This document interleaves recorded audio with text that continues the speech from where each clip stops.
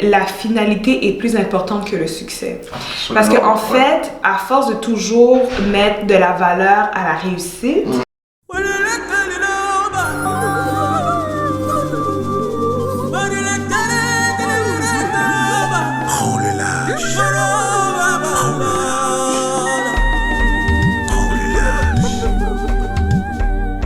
Bienvenue dans Prends le large, le podcast qui t'inspire, qui te motive et qui t'équipe afin que tu sortes de ta zone de confort pour affronter l'inconfort, devenir plus fort et réaliser tes propres rêves.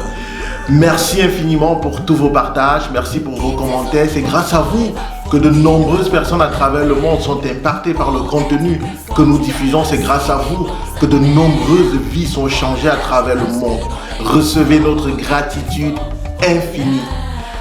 Aujourd'hui, nous accueillons une jeune dame super inspirante, une dame qui a des choses à partager avec nous.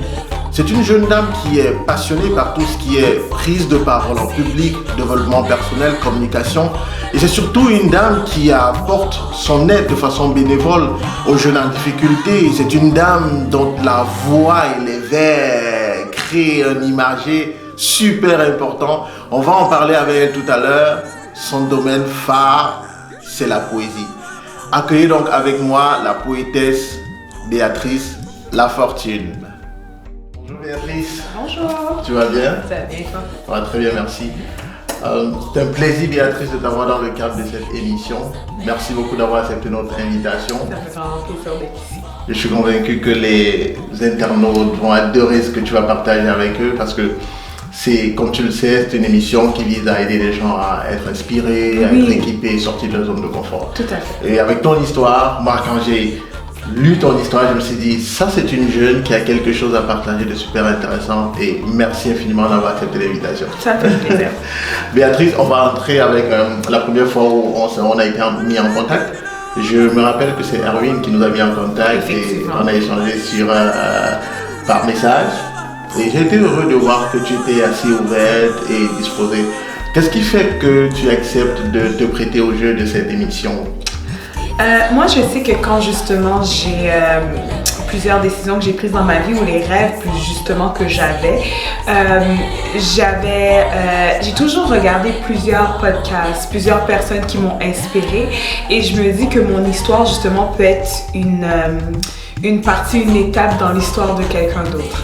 Alors c'est la raison pour laquelle j'ai accepté automatiquement quand Erwin m'en avait parlé en premier. Super. En tout cas, merci vraiment. Je sais que tu es super bousculé, c'est pas évident, mais là, tu t'es sacrifié pour être là et ça fait vraiment plaisir. Merci beaucoup. Je suis contente d'être là. Béatrice, sans doute les internautes souhaiteraient te connaître un peu plus. Est-ce que tu peux nous parler un peu de toi, ton enfance, où est-ce que tu as fréquenté, ensuite un peu ton travail et bref, qu'on te connaisse davantage.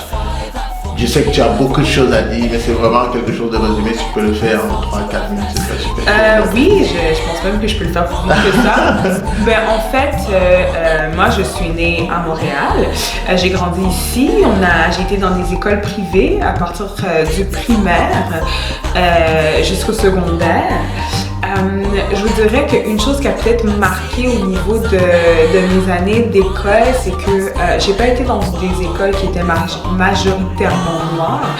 J'étais pas mal la seule, on était quelques-unes ou quelques-uns, il y avait des garçons, mais au primaire c'était vraiment juste des filles. Je pense que c'est pour ça que je reste avec le quelques-unes. Mais on était vraiment pas beaucoup et ça, honnêtement, on le voit, ça se remarque aussi dans les échanges qu'on peut avoir avec les personnes. Ça, en fait, pourquoi je le précise beaucoup, c'est parce que ça a beaucoup été une inspiration aussi pour mon écriture, pour la poésie que je fais.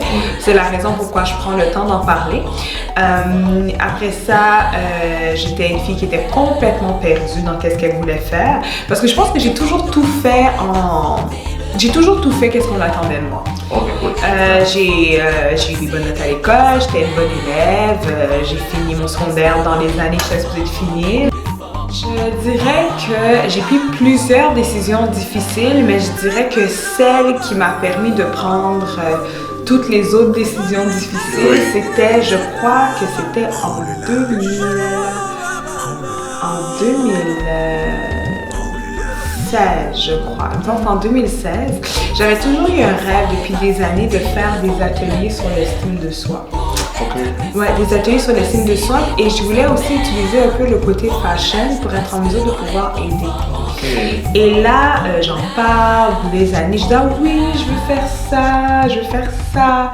Et en 2016, je me suis lancée. J'avais aucun contact, personne ne me connaissait, j'avais même pas encore commencé la poésie. Honnêtement, j'étais une inconnue. Totalement. Alors j'ai décidé, tu sais quoi, je le fais, je me lance. Et ça m'a totalement sorti de ma zone de confort. Premièrement,